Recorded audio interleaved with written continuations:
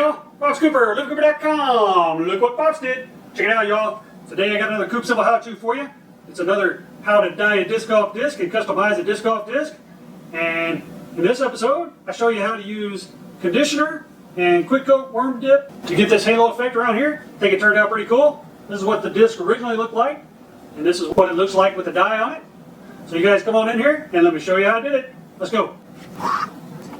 Okay, y'all, let's get started with this conditioner dye technique. So obviously you're going to need conditioner and something to put your disc in. I'm using I think this is like a 9.5 or a 10-inch cake pan from Wally World. And obviously you're going to need your disc, your dye. You can use RIT dye. You can use iDye poly. If you use a RIT, it's got to be the RIT Dye More Synthetic. RIT Dye More Synthetic. You can use the worm dip, quick coat worm dip. Make sure if you're going to get that you get unscented worm dip. There's another brand called Spike It that sells scented, and if you use that stuff, yeah, it's scented.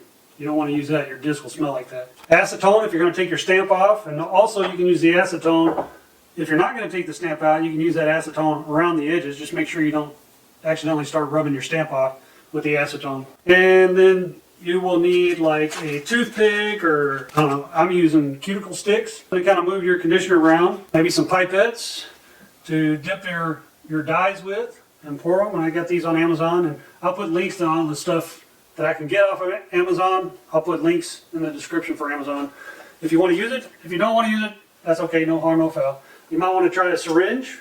If you don't have a pipette, you could use a syringe to get your dyes and put your dyes in. The conditioner might use a little icing. This is a little icing spatula. This thing is perfect for smoothing out the conditioner. Get it nice and smooth, and then you can come back with your cuticle stick or your toothpick or whatever and make some lines in it, and then put your dye in it. And then if you want to make some other lines in it, you can do that as well. All right, I think that's pretty much everything you're going to need. So I'm going to go wash this. You want to make sure you wash your disc. I'm going to go wash this with some soap and water, and then I'll be right back. And you guys can come in here and we'll get started. Okay, we got our disc washed up. Got it face down. Don't want to handle the top too much and get oils from your skin on it. Next thing we got to do is put our conditioner in our container. And let's see, this might need more than that. Oh, definitely have to get more than that. Get it nice and spread around here in the bottom of the pan, and I might need a little more. That'll be plenty right there. Flatten it out with you could use, a spatula, or you could use thumb depressors, rulers, whatever you got.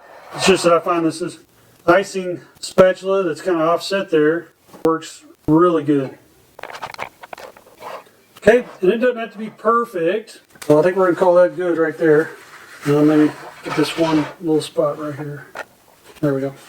All right, now we got our conditioner ready to go. So we got to think kind of about our design, what we want to do. And what I like about this pan, I was using in my first episode, as you saw, I was using these Frisbees. And then I saw another guy using these pans like this. And these are nice because the disc is nice and tight in there. So it's kind of easier, I guess, to gauge where things are going to be on the disc when you put your dyes in and stuff. So that's kind of cool.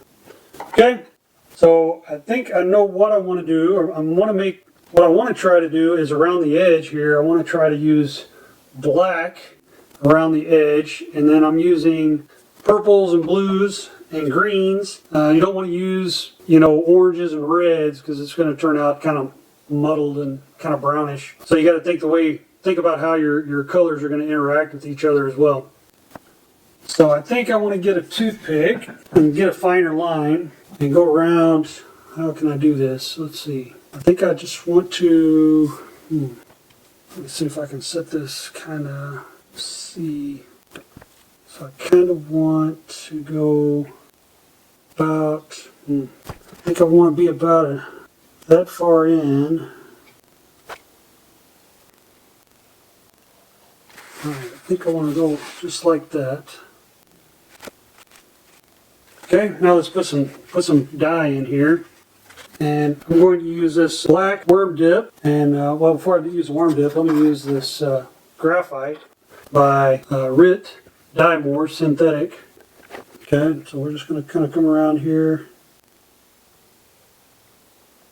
Okay, and I'm going to put a little bit of this Warm Dip UV reactive black in here as well. Before I do that, let me put some more of this RIP black in here. Oh yeah, I forgot, but you should shake these up.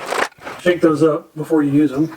Get any sediment off the bottom, and it kind of gets them back up, remixed.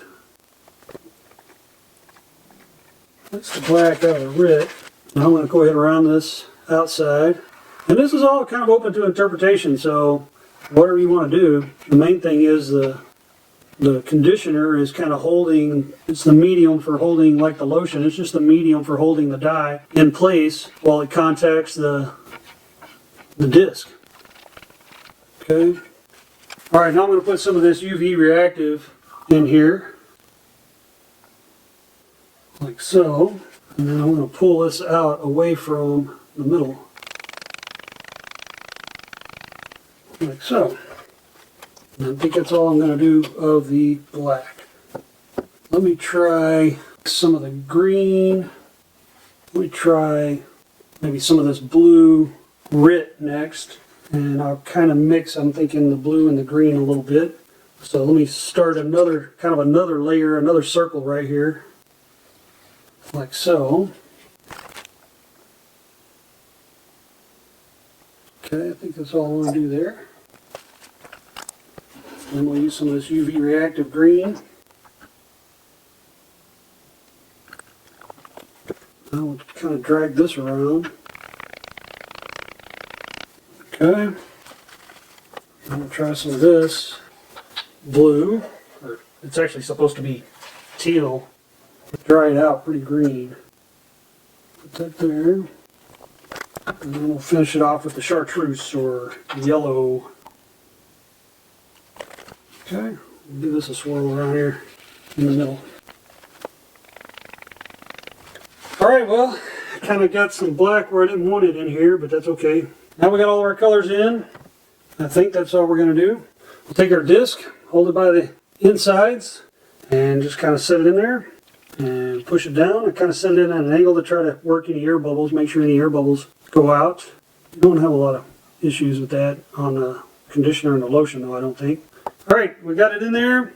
Now it's a waiting game. We'll see you guys in about 24 hours.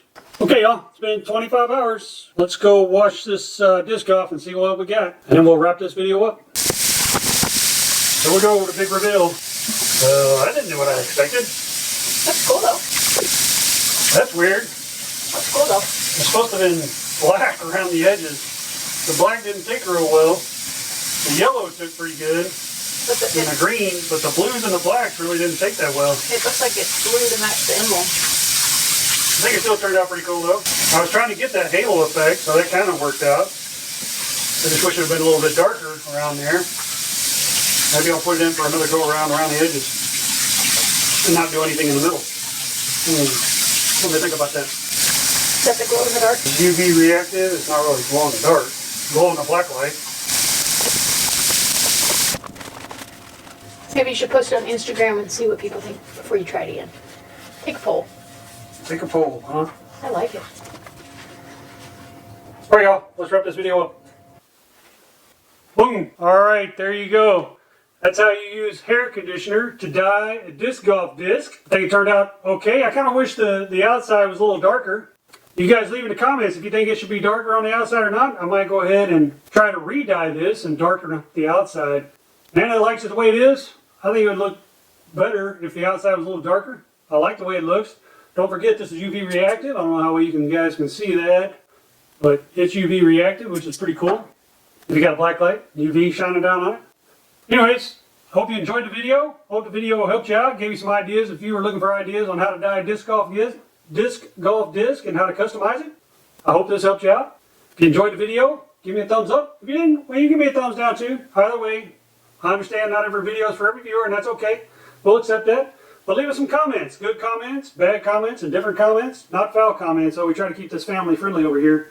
Maybe comments, tips, tricks, experiences you've had dyeing discs that have worked well for you, or maybe questions you have about dyeing discs. Leave those down in the comments. I'm sure other folks watching this video would appreciate that, the input. And if you haven't seen my other videos, check those out, the other episodes of dyeing discs. And check us out on our social media at LivingCooper on Instagram, Pinterest, and Twitter. Also, check out our blog over at LivingCooper.com. And lastly, and probably most importantly, is please subscribe and hit that notification bell so you're notified next time we upload a video.